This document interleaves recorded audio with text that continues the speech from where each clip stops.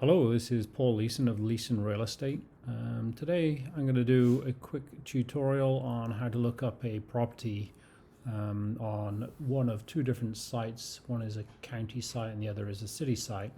Oftentimes get questions from different investors of how to, if you're driving by a property and you see a property and think, oh, that one looks like it's distressed somewhat and would like to look up that property. How do I get the details on it?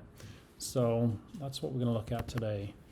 So going across, I use AccessKent, and also another page is the BS&A software. So we'll start off with AccessKent because here this will go for the whole of Kent County, and then it will direct you to the city site, whether it be the city of Grand Rapids, city of Kentwood, Wyoming, wherever.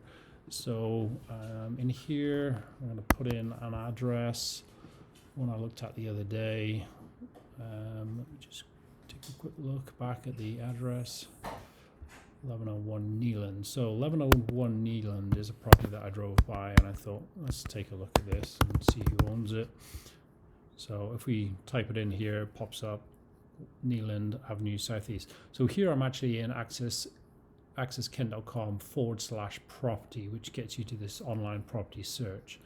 And then you do a search, brings up the owner's name, parcel number, the address, city of Grand Rapids. So if you click on the hyperlink here, it will take you in to parcel summary and the parcel ID, sales history here. You can go back and take a look, and it last sold in 2006. Well, that was a QC, a quick claim deed. So this has probably been owned by the same owner for quite some time, because it doesn't show any past record. So I don't know when they first started recording the sales, but probably back into the 1990s or so. Any splits on the lot, there's none found. Tax description is the legal description here of the property. So you have the parcel number and the legal description, which describes the property. Get map is one that I like using a lot. This will actually bring up the property and the property location, and then it will also bring up all of the properties around, so you can click on any of these other properties as well, and then hyperlink will take you into that site. So if I just go back out of there, I use a map a lot to search around for a particular property or neighboring properties, or if I'm looking for a piece of vacant land or so.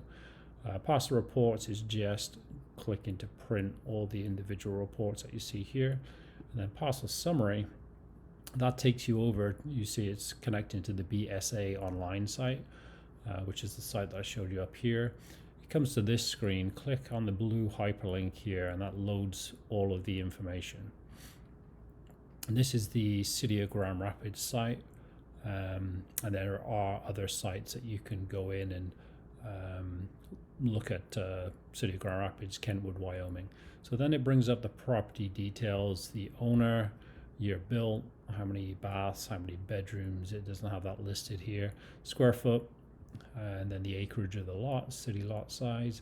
The assessed and taxable value, here you see that this is a lot lower.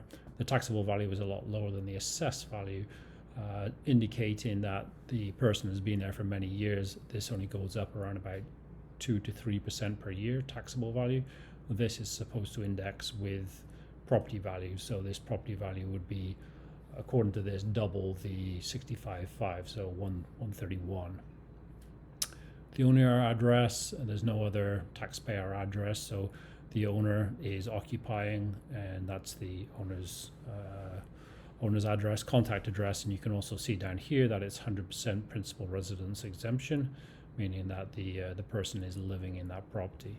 Gives you the lot size up here, 44, frontage, and depth is 115. And then looking down, more land information, land values 12,000. Again, your legal description here. Sales history, we don't see any good history here because the owner has been there for many years. Floor area, garage size, foundation size, so all building information here. Basement finished, nothing has been finished in the basement according to the city records. And You can sometimes see exterior siding. It doesn't say vinyl or wood. So that's one of the tabs. Then up here you have tax information. So in the tax information, you can see if they're delinquent on any taxes. So if you're looking for distressed properties, this is oftentimes a good place to find distressed properties. You can see for 2020 they have not paid their summer taxes, 1349.17. Winter taxes are due in January, so those won't be, they're due, but they're not due until January. However, you see down here 1356 for 2019 summer have not been paid. Likewise 18 summer, winter. So all these are past due. So this is actually one, it's a distressed property and likely to go to tax foreclosure if these taxes are not paid. Invoices. This just gives any invoices due, neighborhood improvements. So probably fined by the city for trash in the yard or whatever else. City will drive by, and if the property's not looking tip top, long grass is another one. They'll come and cut your grass for you and charge you $100 for it. So that's a quick overview of how you can look into property information. So the next little tutorial I will do would be showing how to then take a property owner and then look and see whether they have other properties. So that will be the next little tutorial that I'll upload onto YouTube. Hope you enjoyed this one. If you've got any questions, let me know. Here to help. So thanks again. Bye for now.